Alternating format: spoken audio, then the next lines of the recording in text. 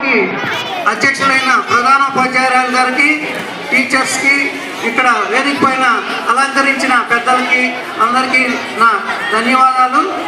80వ స్వతంత్ర దినోత్సవ శుభాకాంక్షలు. ఈరోజు ఒక నిమిషంలో ముగిస్తాను. మీరందరూ గత 10 సంవత్సరాల మట్టి నేను చిన్న చిన్న కార్యక్రమాలు చేసుకుంటూ మీతో ఉన్న ఈ స్కూల్లో ఆ చెట్లు చెప్తాయి నా గురించి.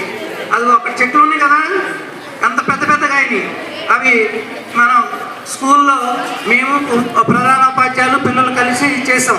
కాబట్టి నేనేమంటానంటే మీరందరూ ఒక్క నిమిషం బాబు, ఈరోజు నేను 6వ తరగతి పిల్లలు ఇంగ్లీష్లో స్పీచ్ ఇవ్వటం చూశాను. చాలా గర్వంగా ఉంది. తెలుగులో కూడా మాట్లాడారు. మనం తెలుగు ఇంగ్లీషు రెండు సమానంగా నేర్చుకోవాలి. ఎందుకు అంటే మన దేశ భాష, మన ప్రాంతీయ భాష తెలుగుతో పాటు ఇంగ్లీష్ కూడా నేర్చుకోవాలి. నేను 8, 9, 10వ క్లాసుల్లో చాలామంది వచ్చి మాట్లాడతారనుకున్నాను, మాట్లాడలేదు. వాడు పెద్దవాళ్ళు కాబట్టి వాళ్ళ గురించి ఒక చిన్న విషయం చెప్తాను. మీరందరూ వనభూమి గంగ అంటే సూర్యుని సాక్షిగా, చెట్టు, వన అంటే చెట్టు, భూమి అంటే సాయిల్, గంగా అంటే వాటర్.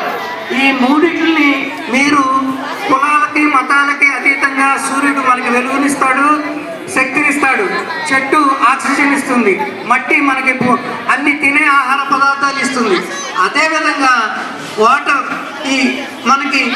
మనం తాగటానికి కావాల్సిన వాటర్ ఇస్తుంది. కాబట్టి మనం అందరం చెట్లను రక్షిద్దాం, భూమిని కలుషితం చేయకుండా చూద్దాం, భూమిని ప్రేమిద్దాం. అదేవిధంగా గంగను మనం జాగ్రత్తగా చేసుకుందాం. కాబట్టి మీరందరూ ఒక్కసారి వనభూమి గంగ అని మీ మనసులో అనుకోండి, పైకి చెప్పవసరం లేదు.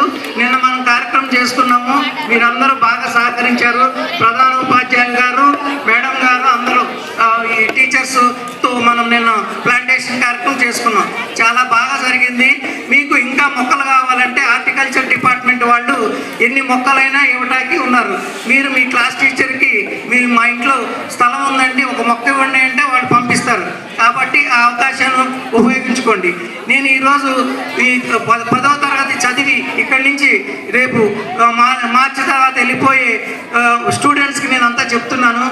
అందులో మగపిల్లలకి, బాబు మగపిల్లలు అందరూ బాయ్స్, మీరందరూ ఈ ఫలానా స్కూల్లో చదివాము అని మీరు చెప్పుకునేటట్టు ఇంటర్మీడియట్, డిగ్రీ కంప్లీట్ చేసుకుని మంచి ఉద్యోగాలు పొందాలి. అదేవిధంగా ఎటువంటి మత్తు పదార్థాలు కానీ, డ్రగ్స్ కానీ జోలికి వెళ్ళకుండా